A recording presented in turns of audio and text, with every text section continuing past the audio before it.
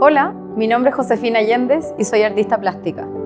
Siempre me han interesado las manualidades, especialmente el arte textil. Tanto que cuando era niña, en vez de jugar a las muñecas, les hacía ropa.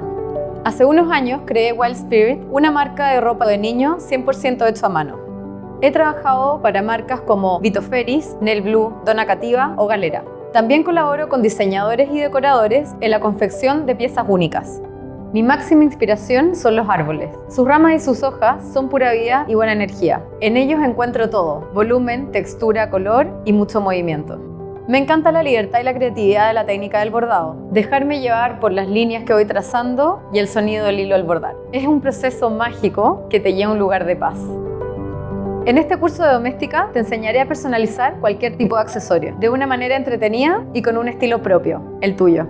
El proyecto final será la intervención de una cartera y unos aros en fibra vegetal. Lo más importante es que tú eres libre para escoger el accesorio que a ti más te guste.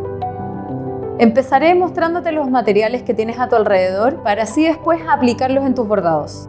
Te enseñaré a aprovechar prácticamente cualquier cosa que tengas en tu casa, desde una tela hasta una hoja o un simple pedazo de papel. Antes de empezar a bordar, haremos un pequeño boceto y te darás cuenta de todo lo que podemos crear a base de puntos y líneas.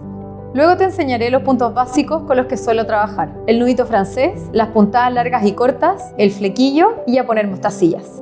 Después de practicar un poco, pasaremos a aplicarlas en nuestros accesorios. Ahí podremos darle rienda suelta a nuestra imaginación, sin límites ni presiones y con el único objetivo de disfrutar el proceso. Para hacer este curso necesitarás un bastidor y una tela para practicar los puntos, agujas de diferentes tamaños, unas tijeras y un alicate por si se te llega a atascar la aguja. También tendrás que escoger los hilos y lanas que más te guste y además la decoración que tú prefieras.